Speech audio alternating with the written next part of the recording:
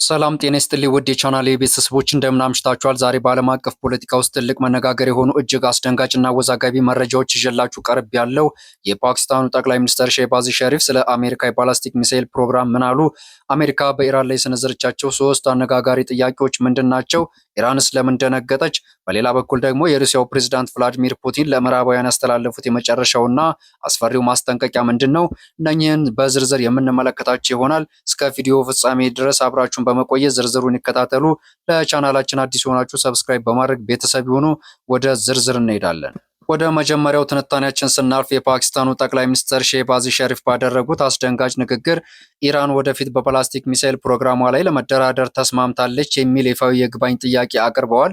እንደ ፋርስ ኒውስ እንዲሁም ታስኒም ኒውስ ያሉ የኢራን ሚዲያ ተቋማት ይህንን የፓኪስታን መግለጫ ወዲያውኑ ያስተባበሉ ቢሆንም የሀገሪቱ የውጭ ጉዳይ ሚኒስቴር ግን እስካሁን በይፋ የሰጠው ማረጋገጫ የለም።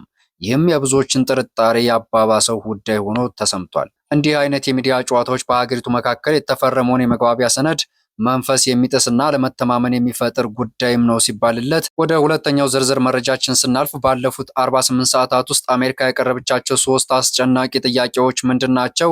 የመጀመሪያው ጥያቄዋስ ምንድን ነው የሚለውን ስንመለከት የ6 ቢሊዮን ዶላር ፈንድ ጉዳይ አሜሪካ ለኢራን የተለቀቀውን 6 ቢሊዮን ዶላር የአሜሪካን ግብርና ምርቶች ለመግዛት ብቻ ይውላል ስትል፣ ኢራን በምላሹም የውጭ ጉዳይ ሚኒስትሯ ቃል አቀባይ እስማኤል ባቂ ይህንን ውድቅ በማድረግ የኢራን ማዕከላዊ ባንክ ገንዘቡን በፈለገው መንገድ እንደሚጠቀምበት ተናግረዋል። ይህ በእንዲህ እንዳለ በሁለተኝነት ያነሳችው ጥያቄ አቶሚክ ኢነርጂ ተቆጣጣሪዎችን መመለስ ሲሆን ኢራን የዓለም አቀፍ አቶሚክ ኢነርጂ ኤጀንሲ ተቆጣጣሪዎችን ለመቀበል ተስማምታለች ስትል መግለጿ፣ ኢራን በበኩሏ እስማኤል ባቂ ይህንንም ውድቅ በማድረግ የመጨረሻ ስምምነት ላይ እስካልደረስን ድረስ ተቆጣጣሪዎች ወደ ኢራን እንደማይመለሱ ያስታወቅ ሲሆን፣ በሶስተኝነትም አሜሪካ ያነሳችው ጥያቄ በባላስቲክ ሚሳኤል ላይ መደራደር ሲሆን አሜሪካና ፓኪስታን ኢራን በሚሳኤል ፕሮግራሟ ላይ መደራደር መስማማቷን ይገልጻሉ።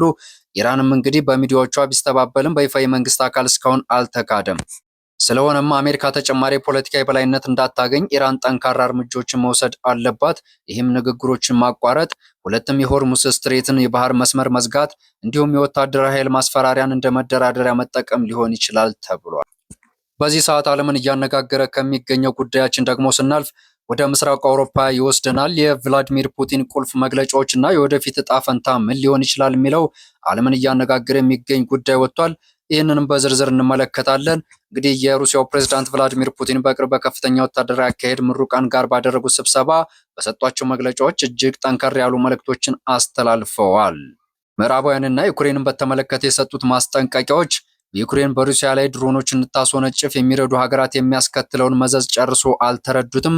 ሩሲያ ጥቅሟን ለማስከበር በምትነሳበት ጊዜ ሁሉ ሁልጊዜ ትንኮሳ ይደርስባታል። ከዚያም በአጥቂነት ትከሰሳለች። ልክ ከሁለተኛው የዓለም ጦርነት በፊት ሶቪየት ህብረት ጦርነትን ለመከላከል ብትሞክርም ምዕራባውያኑ ከሂትለር ጋር ውል በመፈረም ችላ እንዳሏት ሁሉ አሁንም ተመሳሳይ ታሪክ እየተደገመ ነው። የዩክሬኑ ፕሬዝዳንት ዘለንስኪ ያወጡት ክፍት ደብዳቤ የግርግርና የጦርነት ፍላጎትን የሚቀሰቅስ ብቻ ሳይሆን የምዕራባውያኑ ፍርሃትም ምዕራባውያኑ ከራሳቸው ግዛት ተነስተው ሩሲያን በቀጥታ ለመምታት ያልደፈሩት ምክንያቱም የሩሲያ አጸፋ ምላሽ ምን እንደሆነ አስከፊነቱን ስለሚያውቁ ነው ተብሏል። በመሆኑም ሩሲያ የኒውክሌር መሳሪያዎቿን እያደሰችና እያዘመነች ስትገኝ ባለፈው ዓመት ብቻ ከ1000 በላይ አዳዲስ የጦር መሳሪያዎችን ፕሮቶታይፕ በጦር ሜዳ ላይ በተግባር ተፈትነዋል። የሩሲያ ወታደሮች የሩሲያን ወታደራዊ ግዛቶችም ነፃ እያወጡ ነው። ሩሲያ በልዩ ወታደራዊ ዘመቻዋም የምትፈልገውን ሁሉ ታሳካለች። እንዲሁም ሩሲያ ለሁሉም እኩል የሆነ ሰላም ትፈልጋለች። ይህም ደግሞ የምዕራባውያኑን የበላይነት በመስበር ባለብዙ ዋልታ ዓለምን መፍጠር ይጠይቃል ሲሉም ተደምጠዋል። የተከበራችሁ ተመልካቾቼ ለዛሬ ይዤላችሁ የቀረብኩት ዝርዝር መረጃ ይህንን ይመስል ነበረ። እናንተም ምን ታስባላችሁ? በአሜሪካና በኢራን መካከል ያለው የስውር ፍጥጫ ወደ ከፋ ጦርነት ያመራ ይሆን ወይንስ ፕሬዝዳንት ቭላዲሚር ፑቲን እንዳሉት የሩሲያ የኒውክሌር ዝግጅት ምዕራባውያንን ሊያስቆም ይችላል?